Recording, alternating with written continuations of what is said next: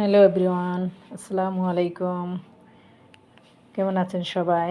আমি রেহানা পারভিন। আমার চ্যানেল রকমারি পাকের ঘর থেকে আমন্ত্রণ রইল সবাইকে। আজকে আমি মজার একটি হালুয়ার রেসিপি নিয়েছি। বুটের হালুয়া আমরা সবাই খেতে পছন্দ করি, বা কীভাবে বানানো হয় সেটা সবাই জানি। তবে আমি যেভাবে বানাই সেটাই আপনাদের সাথে শেয়ার করছি। তাহলে চলুন রেসিপিটা শুরু করা যাক। আমি ডালটাকে ভালো করে পরিষ্কার করে 5 থেকে 6 ঘন্টা ভিজিয়ে রেখেছিলাম। তারপর সিদ্ধ করে নিয়ে ব্লেন্ড করে নিয়েছি। আপনারা চাইলে বেটে নিতে পারেন। তারপর প্যানে আমি তেল দিয়ে দিয়েছি একটু, আর ঘি।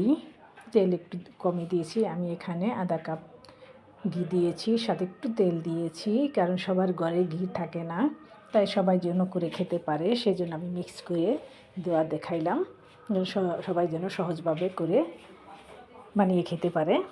তাই কারণ এখানকার বাজারে ঘি যে দাম, সবাই কিনে খাওয়ার মতো ক্ষমতা রাখে না। তাই আমি মিক্স করে দেখাতে চাইছি যে যাতে সবাই সহজভাবে করে খেতে পারে। তারপর এটা একটু গরম হওয়ার পর আমি ডাল বাটাটা দিয়ে দিচ্ছি। দিয়ে ভালো করে নাড়ার উপর থাকতে হবে যাতে লেগে না যায়। ডালের হালুয়াটা কিন্তু তাড়াতাড়ি নিচে লেগে যায়, সেদিকে আমার খেয়াল রাখতে হবে। এখানে হাফ কেজির মতো ডাল, আর আমি 1 কাপ চিনি নিয়েছি। আপনারা যদি মিষ্টি কম বেশি খান সেটা বাড়িয়ে বা কমিয়ে দিতে পারবেন, সেটা আপনার ইচ্ছা। তবে পরিমাণ মতো এখানে 1 কাপ চিনি যথেষ্ট, একদম মিডিয়াম একটা মিষ্টি হয়। তারপর এইভাবে আমি নেড়ে নিচ্ছি। সেই জন্য আমি সহজভাবে দেখানোর চেষ্টা করলাম। একটু গিয়ে বেজে নেওয়ার পরে আমি চিনিটা দিয়ে দিচ্ছি। এভাবে নাড়তে নাড়তেই যখন প্যান থেকে উঠে আসবে তখন বুঝতে হবে হালুয়াটা হয়ে গিয়েছে। আর আমি এখানে একটু অরেঞ্জ কালার দেব। কালারটা আপনাদের অপশনাল, আপনাদের ভালো লাগলে দিবেন, না ভালো লাগে না দিবেন। খুবই মজার, আমার খুবই প্রিয় এই হালুয়াটা। দেখেন নাড়ার উপরেই রাখবেন, না হয় নিচে লেগে যাবে। আশা করি ভিডিওটি ভালো লাগবে।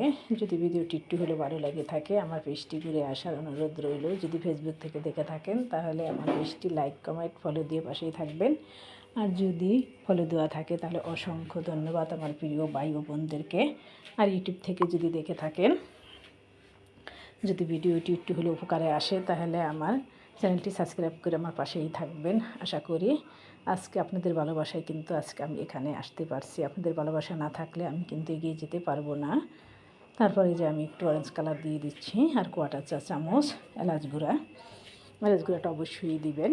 এই যে দেখেন আমার হালুয়াটা কিন্তু পড়াই হয়ে আসছে, প্যান থেকে ছেড়ে আসছে। এই পর্যায়ে বুঝতে হবে যে হালুয়াটা হয়ে গিয়েছে। আমি এখন নামিয়ে নিব।